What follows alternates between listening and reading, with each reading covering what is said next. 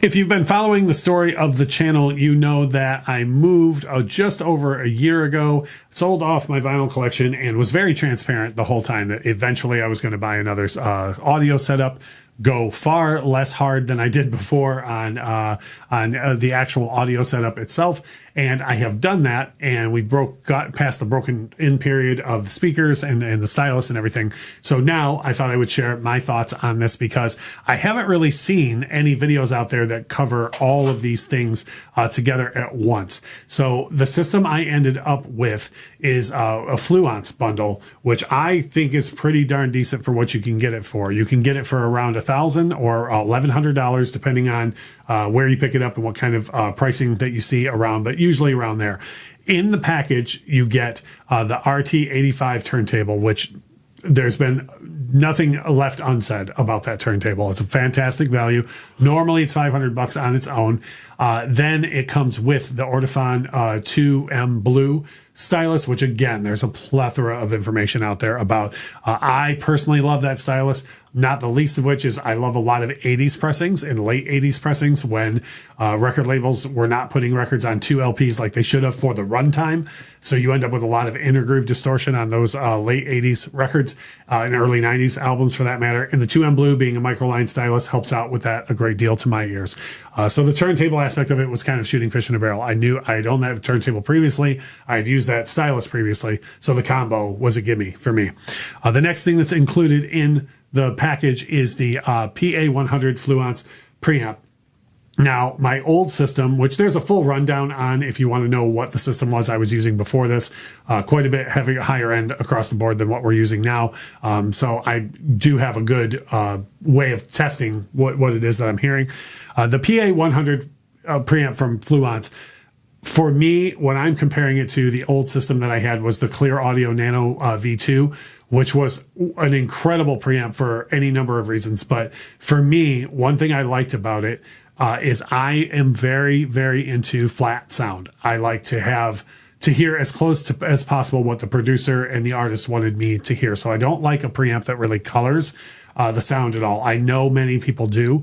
It's not my thing. I like a flat sound. So the good news is the PA100 preamp from Fluance, I feel, has a very flat sound. I don't hear it coloring anything. Again, I'm listening to many, many records that I've heard on other different preamps over the years, and I just don't hear anything being added to the color on it. I hear a very, very flat sound. So I like that a great deal.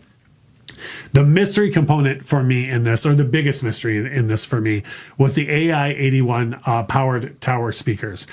I've never had powered speakers before. Everything I've had has been through amps and preamps and so on. So this was a big crapshoot for me. I wasn't really sure what to think on the system that's going to have power built in. The two 8-inch drivers, mid drivers really, and the tweeter on each. I really wasn't sure what to expect. So far, after the break-in period, I really only have one complaint, but there's a lot of positives that I'll cover first. First of all, great connectivity. They'll connect to just about anything out there, from optical to analog to nearly every wireless system that you can use, Wi-Fi networks and Bluetooth and everything. Connectivity, you can't beat it. They're built great. They're heavy speakers. They feel solid. I don't care. I've seen other reviews complain that they have weights in the bottom of them. I don't care. All I care is that they sound good and they feel like they're built well. And that's how they feel to me. Very, very, very clear highs.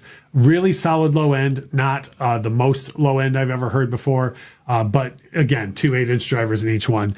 You can add a powered subwoofer to the system, and I may end up doing that. If I do that, I will do a separate review on that subwoofer to give you more info. But along those lines, I would like to say my only complaint so far after months of breaking the system in is the mids are a little muddy for me. Now, that may come from the fact that it's trying to fulfill the bass needs and the mid needs from two 8-inch drivers on each speaker. So that could be something that I personally could rectify by sending the low end frequencies to the powered subwoofer, and I'll probably get a lot clearer mids back from the mid speakers. But again, what I'm doing here is reviewing this as it stands, like as it came out of the box. So I would like to tell you that, in my opinion, you're going to hear muddy mids on that. And as of the shooting of this video, I don't know that I'm going to get clearer lows. I know I'll get a lot more lows from adding a subwoofer, but I don't know that I'm going to get clearer mids out of that. So the last thing that I want to mention on this is value. I think for $1,000, you're getting literally everything that you need to have a decent sounding, very low end, but decent sounding audiophile setup. I've listened to mobile fidelity stuff, analog production stuff, dollar store, old pressings of things all through this, and it makes everything sound fantastic to me. I recently saw another audio review on YouTube where the guy said in the video, if you're enjoying it, there's no wrong way to listen to vinyl.